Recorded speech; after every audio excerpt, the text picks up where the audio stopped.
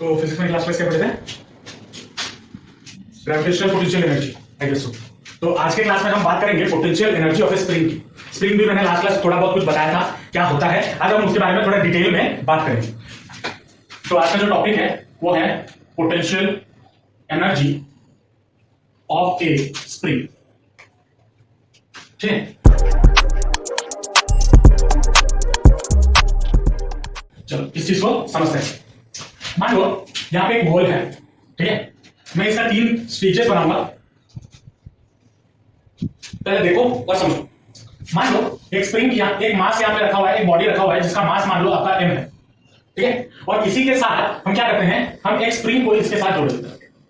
और ये स्प्रिंग अभी जो जुड़ा हुआ है ये ना ही ज्यादा कंप्रेस्ड है, मतलब ना ही कंप्रेस्ड है ना ही उसे खींचा गया, वो जैसा अपना एक्चुअल शेप में होता है उस शेप में रखा हुआ है। मतलब ये बॉडी या ये सिस्टम अभी किसमें है, इक्विलिब्रियम में, ठीक है, इक्विलिब्रियम में है, मतलब वो रेस्ट कंडीशन में है। मान लो मैं यहां से एक डॉटेड लाइन ड्रॉ कर देता हूं, तो इस स्टेज में यहां से यहां तक जो डिस्टेंस है, यहां से यहां तक का जो डिस्टेंस है मान लो वो है x, ठीक है, मान लो वो है x। लेकिन यहां पे इस वाले पॉइंट, जैसे हम कार्टेशियन कोऑर्डिनेट सिस्टम में करते हैं ना कि इसको हम ओरिजिन मान लेते हैं, यहां से सारा कैलकुलेशन स्टार्ट होता है, पॉजिटिव नेगेटिव जो भी है, वैसे ही यहां पे हम क्या मान लेते हैं, यहां पे इसको डिस्टेंस x ना मान के हम ये मान लेते हैं इस पॉइंट पे x जो हमारा है वो है 0, मतलब उस पॉइंट से हम कैलकुलेशन करना शुरू करेंगे। मतलब ये पॉइंट है इक्विलिब्रियम पोजीशन। कौन सा पॉइंट है? Equilibrium position. अब अगर आप कभी स्प्रिंग को पकड़े होगे, स्प्रिंग को चाहे आप खींचो या फिर उसे कंप्रेस करो, जब आप उसे कंप्रेस कर रहे हो ताकत लगा के, तो स्प्रिंग क्या कोशिश कर रहा होगा कि वो कंप्रेस ना हो, ठीक है, इसीलिए तो आपको एक्स्ट्रा ताकत लगाना पड़ता है। या फिर अगर आप उसे खींचोगे, जब खींचते हो तब भी आपको एक फोर्स महसूस होता है जो स्प्रिंग लगाता है आपके ऊपर कि उसे और ज्यादा मत खींचो या फिर इतना ही खींचो, है ना, उस फोर्स को हम बोलते हैं स्प्रिंग फोर्स। क्या बोलते हैं? Spring force. और उसको हम डिनोट करते हैं F सबस्क्रिप्ट में S। मतलब आप जब इक्विलिब्रियम में है तब इस केस में Fs जो है वो कितना होगा, 0 में। मतलब स्प्रिंग, ये जो Fs के बारे में बात कर रहा हूं, जो हम एक्सटर्नल फोर्स लगाते हैं वो फोर्स के बारे में बात नहीं कर रहा हूं, मैं बात कर रहा हूं स्प्रिंग जो फोर्स लगा है, स्प्रिंग फोर्स। स्प्रिंग जो फोर्स हम पे लगाता है या फिर हम पे जो लगाता है, चाहे उसे आप कंप्रेस करो चाहे आप उसे क्या करो, खींचो, ठीक है। अब आते हैं दूसरे केस पे। मान लो मैं इस मास को, ये जो सरफेस है, ठीक है, ये जो सरफेस है वो वहां पे मैं मान लेता हूं, यहां पे वो बहुत स्मूथ सरफेस है और उस पर फ्रिक्शन कुछ लग नहीं रहा, ठीक है। अब मैं क्या करता हूं, इस मास को किस तरफ खींचता हूं, किधर, इस तरफ, मतलब इसे स्ट्रेच कर रहा हूं। तो अगर मैं स्ट्रेच करता हूं, मान लो वो मास यहां तक आ रहा है, ये हमारा 0 था, x = 0, मान लो इस पोजीशन तक आ रहा है, ठीक है। मतलब स्प्रिंग क्या होगा, स्प्रिंग खींचेगा, आगे खींचेगा या नहीं खींचेगा, खींचेगा। मान लो यहां से यहां तक जो डिस्टेंस उसने ट्रैवल किया, मान लो x डिस्टेंस ट्रैवल किया, पता है ना, अगर कार्टेशियन कोऑर्डिनेट सिस्टम है, अगर इसको आप 0 लेते हो, इस डायरेक्शन में जाओ तो x इंक्रीज होगा। तो वैसे ही यहां पे मैंने क्या किया, इसको जब x डिस्टेंस आगे लेके आया, उसका मास अभी भी m है, ठीक है। अब अगर मैं कार्टेशियन कोऑर्डिनेट सिस्टम में देखूं, यहां पे मेरा जो x है वो जा रहा है पॉजिटिव डायरेक्शन में, इस तरफ।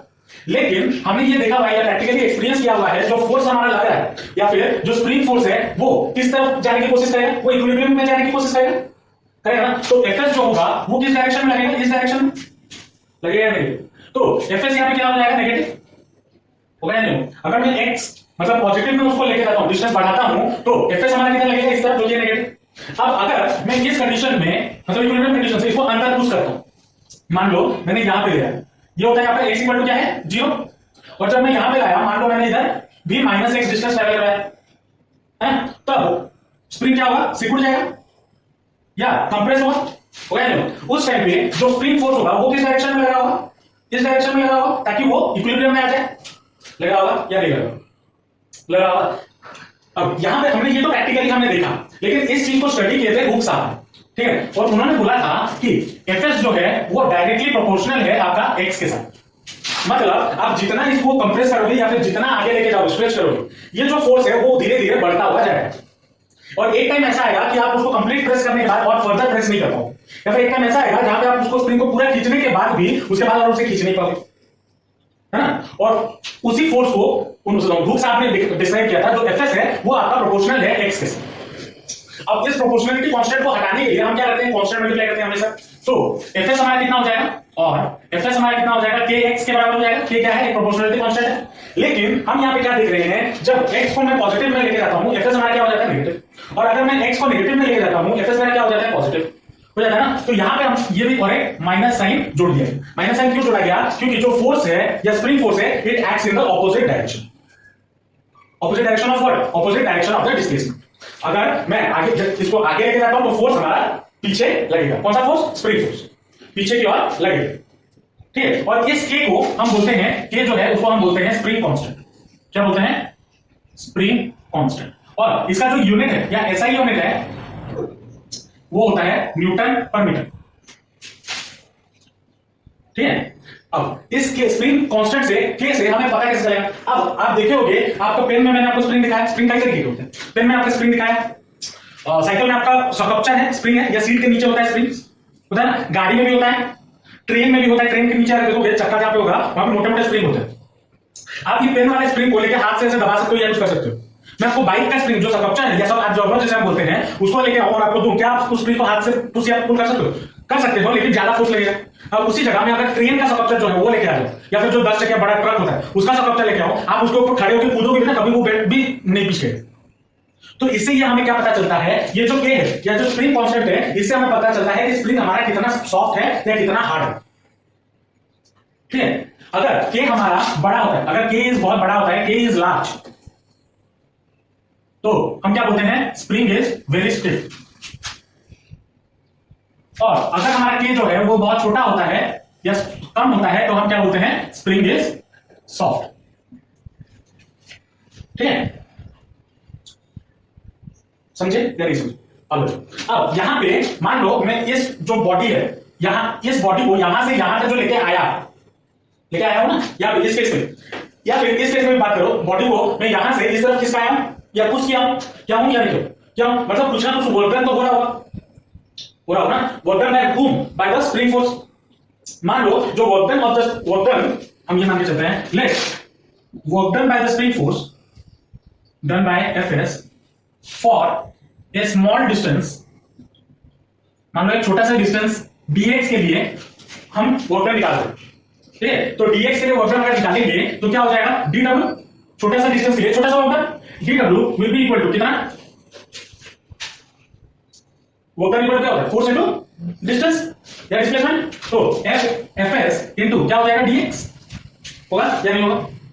होगा। अब fs इज इक्वल टू क्या है? माइनस kx, है ना। तो इसकी जगह पे मैं क्या डाल सकता हूं? माइनस kx dx डाल सकता हूं या नहीं डाल सकता हूं?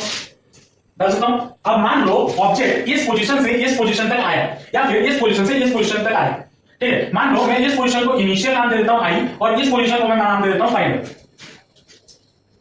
ठीक है या नहीं? ठीक है। मान लो ये इनिशियल पोजीशन है, ये फाइनल पोजीशन, ठीक है।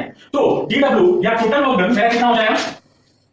टोटल वर्क डन मेरा कितना हो जाएगा? w will be equal to integration of dw होगा। छोटे से वर्क के लिए हमें कितना ही है ना fs dx, तो पूरा x डिस्टेंस ट्रैवल करने के लिए हमें क्या करना होगा? उसे इंटीग्रेट करना होगा ना या नहीं करना होगा। तो that will be equal to कितना? Integration of minus kx dx, और कहां से कहां तक? x इनिशियल से लेके x फाइनल तक, इनिशियल से लेके फाइनल तक इंटीग्रेट करेंगे। यहां से यहां तक जो आया, मतलब जो ये इतना डिस्टेंस ट्रैवल किया, इसको अगर छोटे छोटे पार्ट में तोड़ दें, इसको अगर मैं dx ले लेता हूं, सब छोटे छोटे dx को जोड़ दूं तो मुझे x मिलेगा ना। तो इंटीग्रेट हम कर सकते हैं। और ये पोजीशन क्या है? इनिशियल, और ये पोजीशन क्या है? फाइनल, है ना। आया ना? समझ में आ रहा है या ऊपर से आ रहा है ना? मैं थोड़ा फास्ट पढ़ा रहा हूं क्या? मेरा दिमाग अभी ठीक नहीं है, मेरा हिला हुआ है थोड़ा। अगर फास्ट जा रहा हूं तो बोलना, ठीक है। तो थोड़ा स्लो करेंगे।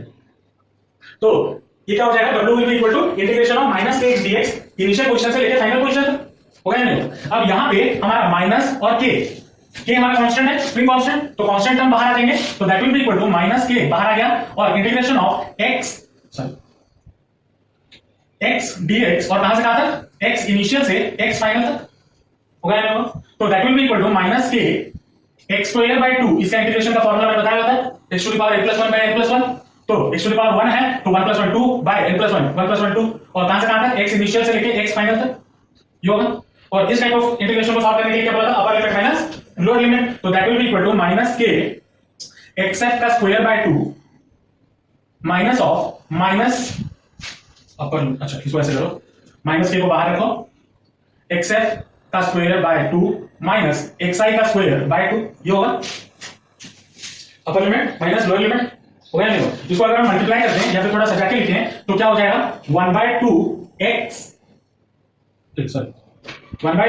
के एक्स आई का स्क्वायर माइनस 1/2 के एक्स एफ का स्क्वायर, ये होगा या नहीं होगा?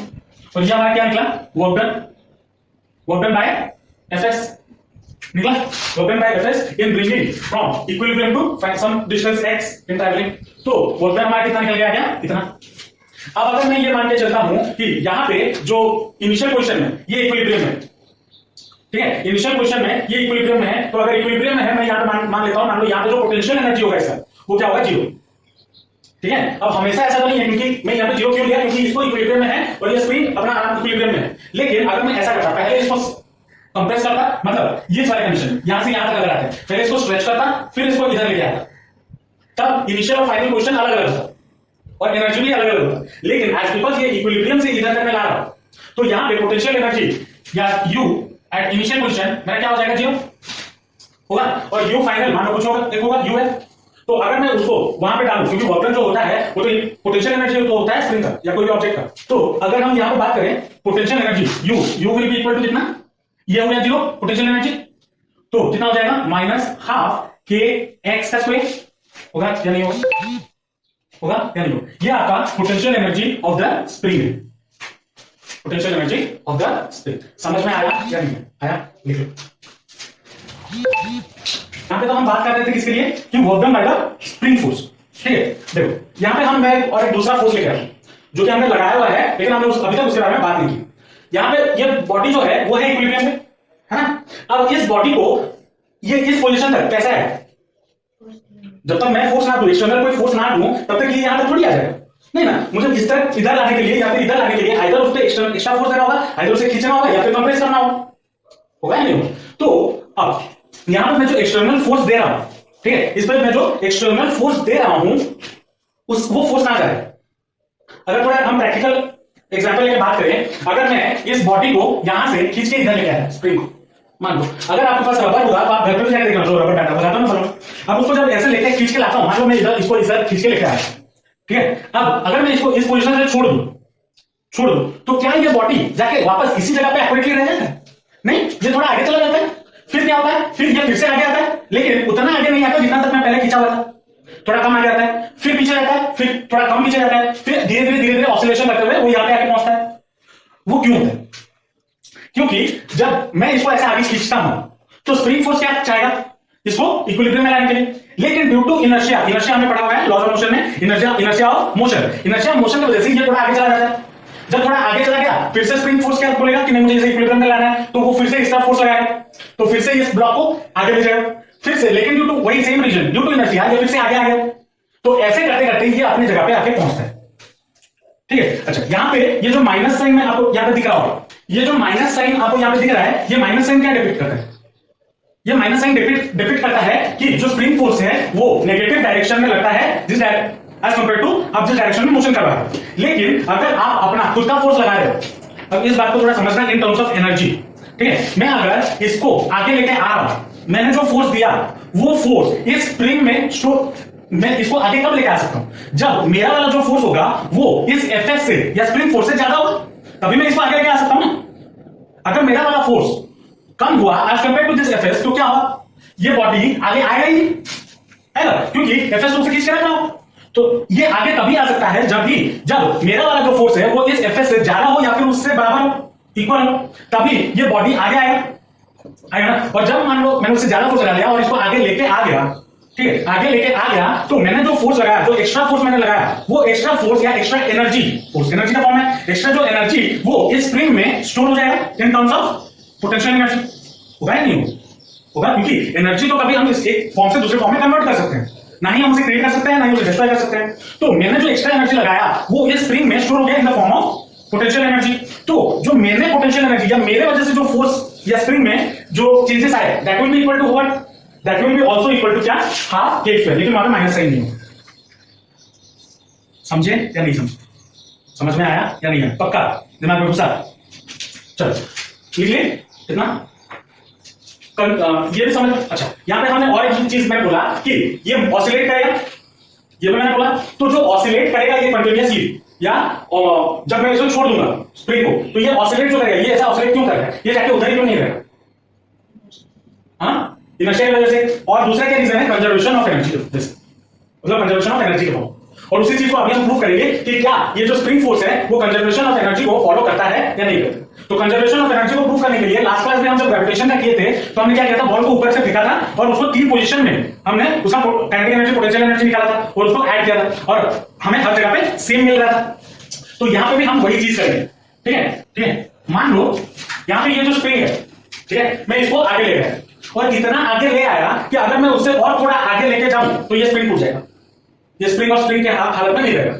जैसे फॉर एग्जांपल अगर आपके पेन के अंदर जो स्प्रिंग है उसको आप खींचते गए, एक पॉइंट ऐसा आएगा जहां पे वो स्प्रिंग खींच के तार बन जाएगा, उसके बाद वो वापस अपने ओरिजिनल पोजीशन पे नहीं जा पाएगा। तो मैं इस स्प्रिंग को इस पॉइंट तक खींच रहा हूं जिस पॉइंट तक वो वापस, जिस पॉइंट के बाद अगर मैं उसे खींचूं तो ये स्प्रिंग और स्प्रिंग के हालत में नहीं रहेगा। मतलब उस पॉइंट पे अगर मैं स्प्रिंग को छोड़ दूं तो वो वापस अपने ओरिजिनल पोजीशन में आ सकता है, लेकिन अगर उससे थोड़ा और ज्यादा खींच दूं तो वो स्प्रिंग के हालत में नहीं रहेगा, वो टूट जाएगा। जो प्रॉपर्टी ऑफ स्प्रिंग होता है वो लॉ नहीं रहेगा उसमें, ठीक है? तो उस पॉइंट को हम बोलते हैं एक्सट्रीम पोजीशन। तो पहला पॉइंट एट एक्सट्रीम पोजीशन, ठीक है? Eight extreme position. अगर एक्सट्रीम पोजीशन हो, देखो दो चीजें हो सकती है, अगर मैं इसको खींच दूं, होगा खींच दूं जहां पे ये स्प्रिंग और स्प्रिंग के हालत में नहीं रहेगा, या फिर इसको दबा दूं, उसके बाद और वो दबेगा नहीं, एक पॉइंट ऐसा आएगा उसके बाद और वो दबेगा नहीं। तो दोनों पॉइंट्स एक्सट्रीम पॉइंट्स हो गए। तो इक्विलिब्रियम से मैं इधर मान लो xm डिस्टेंस पे, कितना डिस्टेंस पे, xm डिस्टेंस पे इस तरफ एक्सट्रीम पॉइंट आ रहा है और इस तरफ भी वही xm डिस्टेंस पे भी उसका एक्सट्रीम पॉइंट आ रहा है। इस तरफ कब, जब मैं उसे खींच रहा हूं, और इस तरफ कब, जब मैं उसे दबा रहा हूं, ठीक है? तो एट एक्सट्रीम पॉइंट जो x हमारा होगा that will B plus minus xm क्यों, मैक्सिमम, m फॉर मैक्सिमम, इस तरफ चाहे या इस तरफ चाहे, प्लस माइनस होगा दोनों साइड में, हो सकता है या नहीं हो सकता है। और उस दौरान वेलोसिटी हमारा कितना होगा at maximum point, maximum point velocity क्या होता है, 0। तो v मान लो यहां पे v होगा हमारा 0। तो काइनेटिक एनर्जी इधर कितना हो जाएगा, half mv square that is equal to कितना, 0 होगा या नहीं होगा। और पोटेंशियल एनर्जी हमारा कितना हो जाएगा, हाफ, पोटेंशियल एनर्जी कितना होगा, हाफ, बोला तो माइनस अभी नहीं लिखेंगे क्योंकि ये मेरे फोर्स की वजह से हो रहा है ना। तो पोटेंशियल एनर्जी जो उसमें स्टोर होगा that will be due to my, वहां माइनस नहीं लगाएंगे, बोला तो। हाँ, तो हाफ कितना हो जाएगा, क्या फॉर्मूला,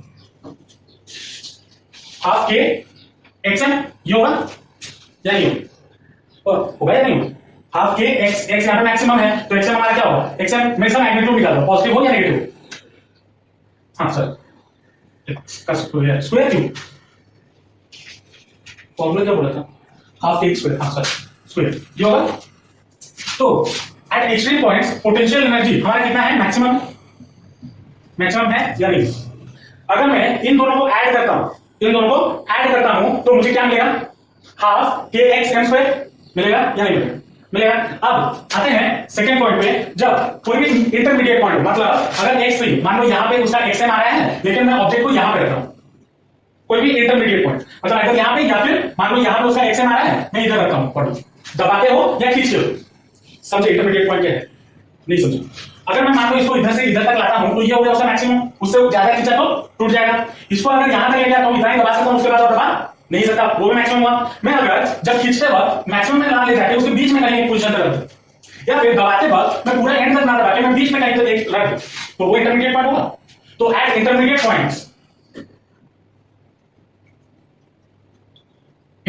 पॉइंट्स हमारा x कितना हो जाएगा,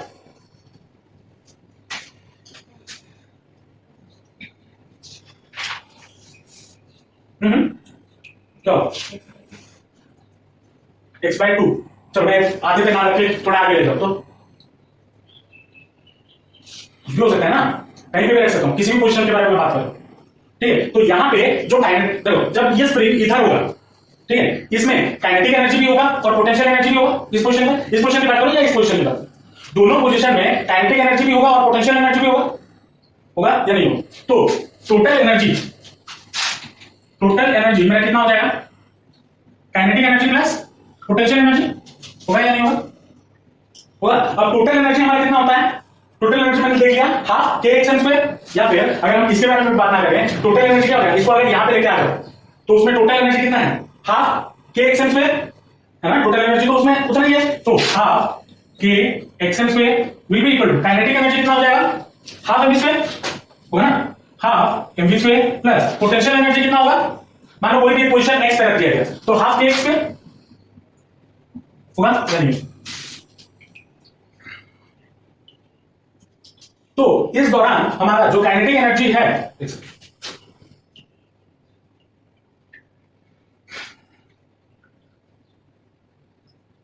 तो जो काइनेटिक एनर्जी कौन सा है, ये वाला है ना, तो kinetic energy K will be equal to कितना half MV square will be equal to half K X square minus half के एक्सएम स्क्वायर, ये होगा या नहीं होगा। तो K will be equal to कितना half MV square will be equal to half K into X square minus XM square, ये होगा या नहीं होगा।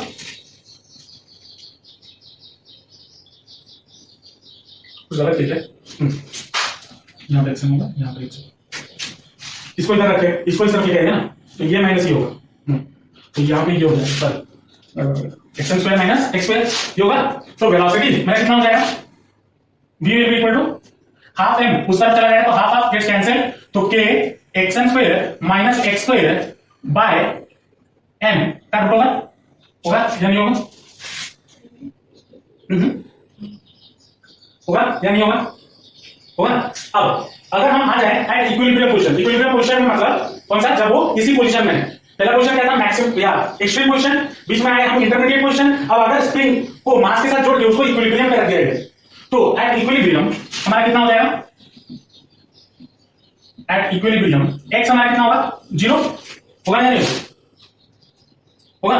तो पोटेंशियल एनर्जी कितना हो जाएगा, u will be equal to half K X square which is equal to कितना 0 होगा या नहीं होगा। और काइनेटिक एनर्जी कितना हो जाएगा, या अगर इक्विलिब्रियम में है तो वेलोसिटी कितना होगा, उसमें काइनेटिक एनर्जी पोटेंशियल एनर्जी अगर 0 है तो वेलोसिटी तो कुछ होगा। मतलब इस बात को समझना अच्छे से, जब मैं इसको खींच के इधर आया और इसको इस पोजीशन जब उसे उधर छोड़ दिया तो ये इधर आके रहेगा, तो इस पॉइंट पे जब वो यहां से यहां तक आएगा इस पॉइंट पे उसका कुछ ना कुछ वेलोसिटी होगा, तभी तो वो इक्विलिब्रियम पे आ रहा है। तो वेलोसिटी उस पॉइंट पे क्या होगा, मैक्सिमम होगा या नहीं होगा। देखो इस चीज को मैं पेंडुलम की मदद से समझाता हूं। मान लो ये आपका पेंडुलम है, ये भी ऑसिलेट कर रहा है। अब मैं ये उसका क्या होगा इक्विलिब्रियम पोजीशन, ये सीधा वाला। जब मैं इधर से इधर इधर लेके आया, मान लो इतना तक, ये उसका एक्सट्रीम पॉइंट हो गया। जब मैं इसको यहां से छोड़ूंगा तो ये जब इस पॉइंट पे पहुंचा, मतलब जब यहां से छोड़ा और इस पॉइंट पे जब वो आया, वहां पे उसका इस पॉइंट पे उसका वेलोसिटी ज्यादा होगा या नहीं होगा, क्योंकि धीरे धीरे उसका वेलोसिटी बढ़ेगा। फिर यहां पे पहुंचने के बाद इक्विलिब्रियम पोजीशन पे पहुंचने के बाद जब वो इस तरफ जाएगा उसका वेलोसिटी धीरे धीरे घटेगा, इसीलिए फिर से वो वापस इस पॉइंट पे आएगा। जब इधर से आ रहा होगा वापस से इस पॉइंट पे आएगा और इस पॉइंट पे इक्विलिब्रियम पोजीशन पे उसका वेलोसिटी ज्यादा होगा।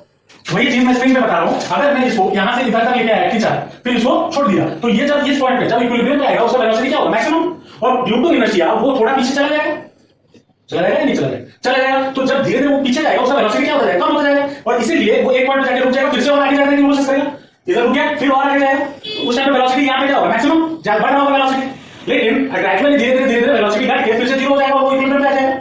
लेकिन मैं वहां पे ये बात कर रहा हूं कि जब मैं एक बार खींचा और छोड़ा, पहली बार जब वो यहां पे पहुंचेगा उसका वेलोसिटी इस पोजीशन पे क्या होगा मैक्सिमम होगा या नहीं होगा। समझे कैसे हो क्या हो रहा है। तो velocity will be equal to कितना v है मैक्सिमम होगा। तो काइनेटिक एनर्जी मेरा कितना हो जाएगा half mv square which is equal to half m vm square, ये होगा या नहीं होगा। तो मैक्सिमम वेलोसिटी या vm will be equal to कितना, अब देखो यहां पे जो मैक्सिमम वेलोसिटी मैंने यहां पे बात की हाफ m vm का स्क्वायर, तो जो नेट या हम बोल सकते हैं जो मैक्सिमम पोटेंशियल एनर्जी वो कितना है इतना, हाँ। तो मैक्सिमम पोटेंशियल एनर्जी अगर इतना है और मैक्सिमम ये एनर्जी और ये एनर्जी दोनों इक्वल होने चाहिए, नहीं समझ रहा है क्योंकि एज बिकॉज ये कंजर्व्ड है, जो चीजें क्या बोल जो स्प्रिंग एनर्जी है वो कंजर्व्ड है, तो amount of kinetic energy will be equal to amount of potential energy. तो amount of kinetic energy will be equal to amount of potential energy in the maximum conditions, होना चाहिए या नहीं। तो half mv square m vm स्क्वायर will be equal to half k xm का square, ये होना चाहिए या नहीं होना चाहिए। तो vm या maximum velocity will be equal to कितना k by m xm का k by m xm का रूट होगा, ये होगा या नहीं होगा।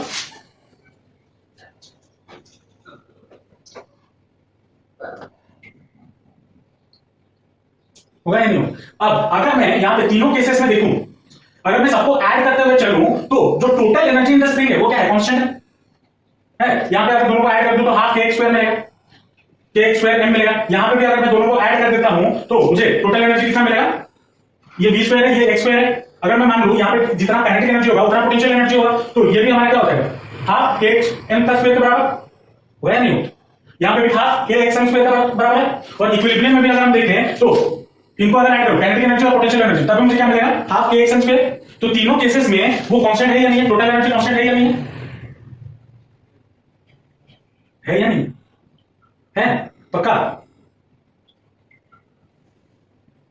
इसको k प्लस यू करो, कितना मिलेगा, half kx m square, 0 plus half kx m square कितना हो गया, हाफ kx m स्क्वायर। चलो इस पे आते हैं। तो total energy will be equal to kinetic energy plus potential energy. अब इन दोनों को अगर ऐड करूं तो यहां पे हाँ, total amount of kinetic energy in the intermediate conditions, total amount of energy will be equal to amount of kinetic energy plus amount of potential energy, और this one will be equal to कितना, half kx m square. तो add करने पर मुझे ये मिल रहा है। तो यहां पे भी टोटल एनर्जी कितना मिला था, हाफ kx m स्क्वायर। यहां पे भी टोटल एनर्जी कितना मिला, हाफ kx m स्क्वायर। यहां पे भी अगर टोटल एनर्जी का है, यहां पे काइनेटिक एनर्जी कितना है, हाफ vm स्क्वायर। और हमने कुछ देर पहले अभी प्रूफ किया कि हाफ kx m स्क्वायर के बराबर होता है।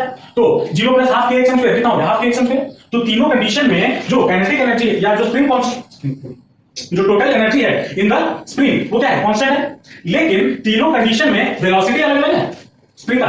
इस कंडीशन में अगर देखो एट एक्सट्रीम पॉइंट वेलोसिटी क्या है, 0, और अगर एट इंटरमीडिएट स्टेट देखो वेलोसिटी इतना है, और अगर एट इक्विलिब्रियम देखो तो वेलोसिटी इतना है ना। तो इसका जो ग्राफ होगा फॉर दिस कंडीशन क्या होगा, कहां पर है, डायग्राम बनाओगे, बना चुके ना। तो इसका ग्राफ कैसा होगा, 0 से देखो मैं टोटल एनर्जी काइनेटिक एनर्जी का बताता हूं और पोटेंशियल एनर्जी का बताता हूं, ठीक है।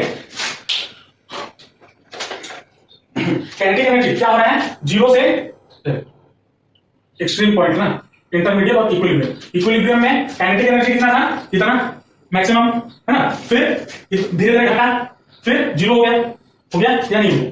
तो काइनेटिक एनर्जी कैसा होगा, कुछ ऐसा होगा,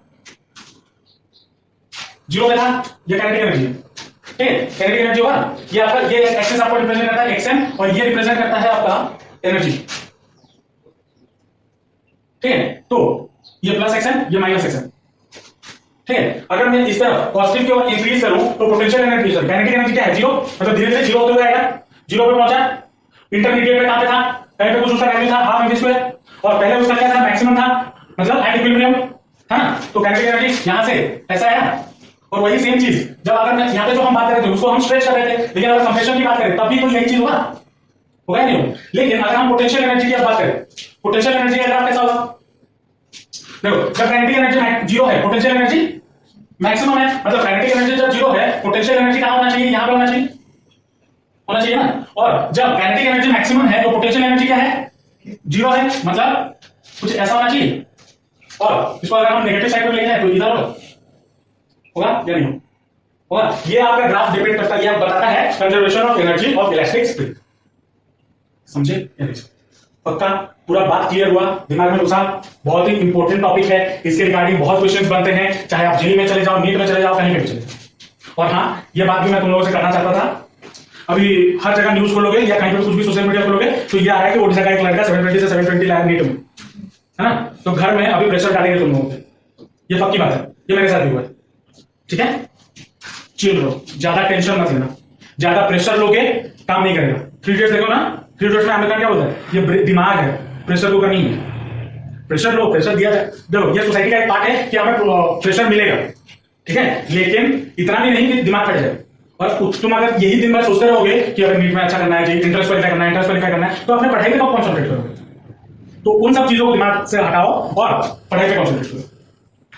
मैं अभी तुम लोगों को इसलिए बोल रहा हूं क्योंकि तुम्हारे पास अभी भी टाइम है, तुम अभी 11th में हो, ठीक है।